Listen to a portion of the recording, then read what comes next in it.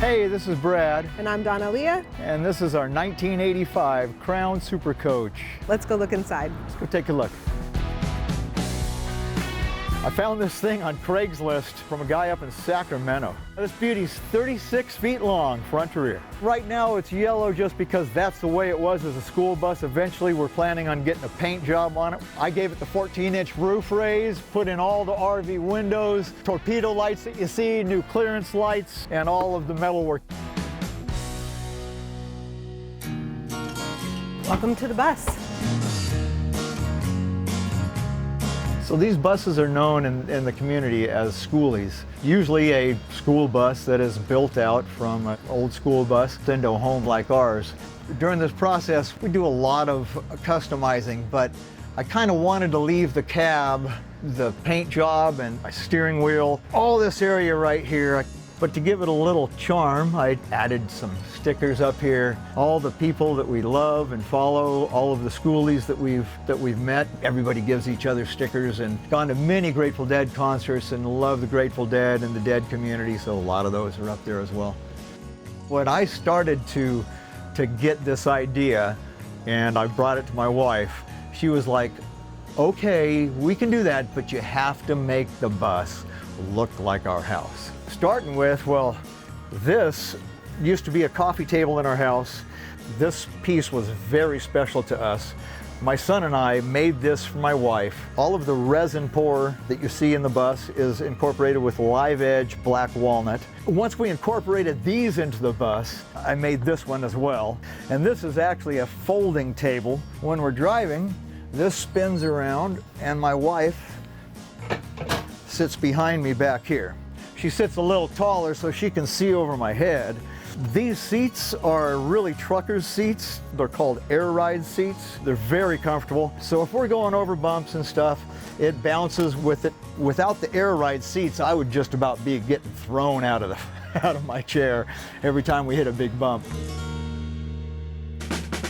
Transitioning into the living area, we have a couch and a love seat, so we can accommodate quite a few people around here. When our kids or a friend wants to come and stay the night, we can turn our long couch into a full-size bed. So if you look up top, we went with an open concept, mainly because of the windows that we found. Believe it or not, everything on this shelf stays, nothing comes down during our drive. I think one of the most important things that you find on buses lagging is good lighting. The lighting was very important to the mood in this bus. We have lights underneath the toe kicks under here, indirect lighting up in here. I can change it on my phone to any color that I want. At night, it's just something else in here. Let's take a look at the dining room table over here. All of this I fabricated myself. If Donna and I are here and we just want to sit down and have a bite to eat, we can sit right here. And then if we have company and we want more people, easy 6 people can sit at this table and eat. And look at these amazing views, whether it's the ocean, the mountains, or just a friend's backyard.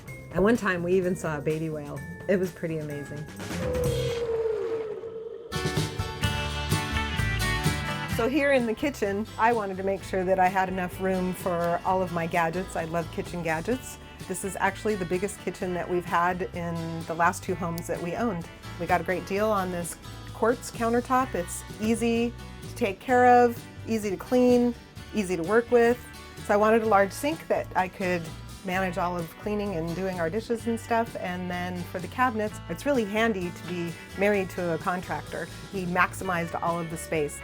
Through the build, I really wanted to achieve the look of a yacht, the look of a boat. All of the materials I used are similar to that, what's used in a boat. A lot of hickory and sapele, which is very similar to mahogany. It's an African redwood. All of the locking mechanisms on the drawers, they're cam locks instead of normal baby locks. We put cam locks on it. We kind of like the look, and they're much more sturdy. There are no doors on any of the cabinets. Everything is drawers. It's very convenient, space-saving. I think it utilizes just about every square inch you can. Every drop of water is an issue on an RV. You want to save as much water as you can. My hot water pipe runs through my shower, past my bathroom sink, past this sink. At the end of that, I have a solenoid. When I push this button, it opens up that solenoid. clears all the line of the cold water. That cold water dumps back into my tank, and now, instead of wasting water to get hot water to my sink, bam, right there I've got hot water. So every time I use this, I'm saving a quart of water. I have not seen this in any other rigs. One of the favorite things about this bathroom is the vanity top. It's another resin pour table that my son and I made. This is a very nice shower for an RV. We incorporated this simulated wood tile into the shower. All of the stone in the bottom of the shower, it's all natural stone. Nothing like a good hot shower to get you ready for bed, where I think Donna might be over there relaxing. It was really important to me at the end of the day to have a place to retreat to. There were a couple of design ideas that I wanted to include. One was to make sure that we each had an entrance to the bed without having to climb over. And I wanted a place to put a few knickknacks, not too many, but things that we liked. Going to sleep at night sometimes has its challenges depending on how level we are. So we built a footboard that's actually a headboard so that we can turn ourselves around. So no matter where we park, we're going to get a great night's rest and usually wake up with a beautiful view.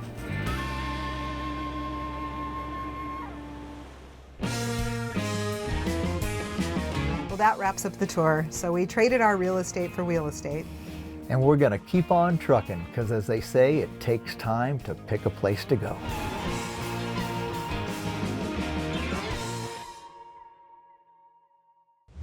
Before you go, let us know if you enjoyed this video. Drop a like and subscribe to our YouTube channel for more exclusive tours.